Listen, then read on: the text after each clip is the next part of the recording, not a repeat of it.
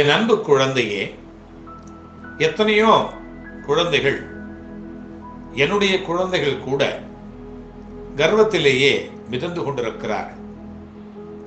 ஏதோ ஒரு ஞானம், ஏதோ ஒரு அறிவு, ஏதோ ஒரு தெளிவு வந்து விட்டாலே தலைகணம் எடுத்து ஆடிக்கொண்டிருக்கிறார்கள் அவர்கள். ஒரு சிலரோ அவர்களிடத்திலே அடிமையைப் போல வாழ்கிறார்கள். ஆனால் கண்டிப்பாக நீ ஒன்றை புரிந்து கொள்ள வேண்டும். தலைகணம் இருந்தால் நம்மால் கடைசி வரை நிமிர்ந்து வாழ முடியாது.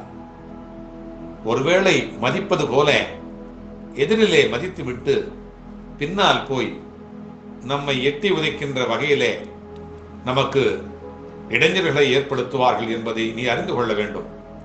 அதற்காக நான் உனக்கு ஒரு சிறிய கதை சொல்லுகிறேன். ஒரு ஆசிரியர் இருந்தார்.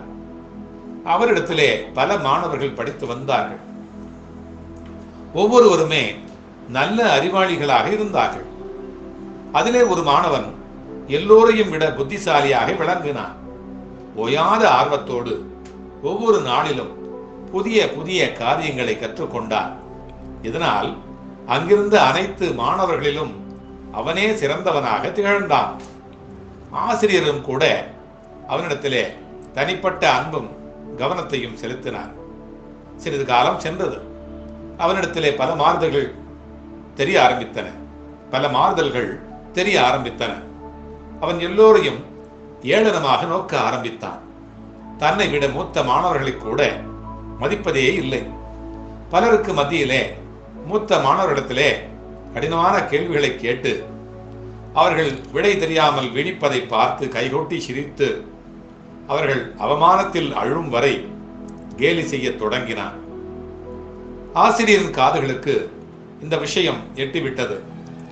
இந்த அகம்பாவம் அவனை அழித்துவிடும் என்பதை ஆசிரியர் உணர்ந்தார். ஒரு நல்ல மாணவன் நாசமாவதை அவர் விரும்பவில்லை. அவனது பிழையை அவனுக்கு உணர்த்த விரும்பினார். நேரடியாக அறிவுரை சொன்னால் அவன் கண்ணை மறைக்கும் அகம்பாவத்தில் அவரையே கூட அவன் எதிர்த்து பேசக்கூடும் என்பதனால் வேறு ஒரு வழியை யோசித்தார். மறுநாள் அவனை அழைத்தார். மகனே, இன்று அதிகாலையிலே பக்கத்து கிராமத்திலே உள்ள எனது நண்பர் ஒருவர் இறந்து விட்டார். அவர் தர்க்க சாஸ்திரத்தை கரைத்து குடித்தவர். 200க்கு மேற்பட்ட நூல்களை எழுதியிருக்கிறார். 10 முறை அரசாங்கத்தினால் சிறந்த அறிஞருக்கான விருது 10 முறை அரசாங்கத்தால் சிறந்த அறிஞருக்கான விருதினை பெற்றவர். பல அயல் நாடுகளிலும் கூட இவரது மாணவர்கள் உண்டு. நீ போய் பக்கத்து தெருவில் உள்ள தச்சு ஆச்சாரியரிடத்திலே போய் விவரத்தை சொல்லி ஒரு தரமான சவப்பெட்டியை செய்து வைக்க சொல். இன்று மதியம் அவரது அடக்கத்திற்கு தேவைப்படுகிறது. இதை உன்னால் மட்டுமே சிறப்பாக செய்ய முடியும் என்றார்.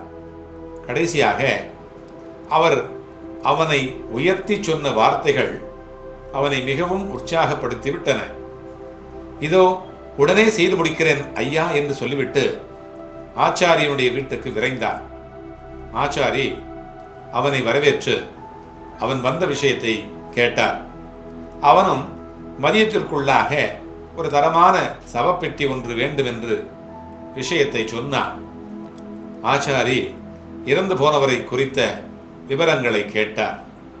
அவனும் ஆசிரியர் சொன்னபடியே அவர் தர்க்க சாஸ்திரத்தை கரைத்து குடித்தவர், 200க்கும் மேற்பட்ட நூல்களை எழுதியவர், 10 முறை அரசாங்கத்தினால் சிறந்த அறிஞருக்கான விருதினை பெற்றவர், பல அயல் நாடுகளிலும் கூட இவரது மாணவர்கள் உண்டு என்று சொல்லிக்கொண்டே இருந்தான். அவன் சொல்லி முடிப்பதற்குள்ளாக ஆச்சாரி சூடாகிவிட்டார். ஏண்டா, இன்னைக்கு நீ பொழுதுபோக்க நான் தான் கிடைச்சேனா? செத்த பிணத்தோட விவரம் சொல்லாமல் வேறென்னமோ உளறியே, நீ படிச்சவன் தானா என்றார். இந்த கேள்வி அவனை ஆத்திரமூட்டியது. அவரை பற்றி இவ்வளவு சொல்லியும் புரியலையா சொன்னா நீங்க தான் ஒரு அடிமுட்டாள். சாரி, அவரை பற்றி இவ்வளவு சொல்லியும் புரியலையேன்னு சொன்னா நீங்க தான் ஒரு அடிமுட்டாள் என்றார். ஆச்சாரி, அடே அறிவு கெட்டவனே, என்னதான் படித்திருந்தாலும் விருதெல்லாம் வாங்கியிருந்தாலும் என்னை பொறுத்தவரையில் அது பிணம்தான். எனக்கு வேண்டியதோ அவருடைய உயர அகலம்தான். நீ படிக்கின்ற படிப்பெல்லாம் உடம்புல உசிறு இருக்கிற வரைக்கும் தான். உனக்கு பெட்டி வேணும்னா மரியாதையா போய் அவருடைய அளவை எடுத்துக்கிட்டு வா என்று சொன்னார். எங்கோ பளீர் என்று அடி விழுந்தது அவனுக்கு. மனித அறிவு இவ்வளவுதானா? இதற்காகவா இத்தனை பேரை அவமானப்படுத்தினேன்? அவமானம் அவனுக்கு பொங்கியது. கூனி குறுகியபடியே ஆசிரியரிடத்திலே போய் நின்றான். ஆசிரியர் சிரித்துக் கொண்டே கேட்டார், என்னப்பா சவப்பெட்டி அடிச்சாச்சா? அவன் பதில் சொன்னான், அடிச்சாச்சு, என்னுடைய தலை கனத்திற்கு என்று சொன்னார். ஆசிரியர் சொன்னார், செல்லமே, என்னதான் படித்தாலும் இது அழிய போகிற சரீரம்தான். இதை உணர்ந்து மன தாழ்மையாய் நடப்பதே உண்மையான ஞானம் என்று சொன்னார். இதுபோல தலைகனமெல்லாம் இல்லாமல் தாழ்ந்த ஒரு பணிவான வளைகின்ற புல்தான் ஒடியாது என்கின்ற பழமொழிக்கு ஏற்ப பணியுமாம் என்றும் பெருமை, சிறுமை அணியுமாம் தன்னை வியந்து என்கின்ற குரலின்படி நல்லபடியாக நீ வாழ்ந்து மற்றவர்களிடத்திலே மகிழ்ச்சியான தருணங்களை நீ உண்டாக்கி கொண்டு நல்லபடியாக வாழ்வதுதான் நல்ல வாழ்க்கை. ஆகவே என்னுடைய குழந்தையே, நீ அறிந்து கொண்டு புரிந்து கொண்டு மகிழ்ச்சியாக வாழ வாழ்த்துகிறேன். உன்னோடு வந்து கொண்டே இருப்பேன். அல்லாஹ் மாலிக்.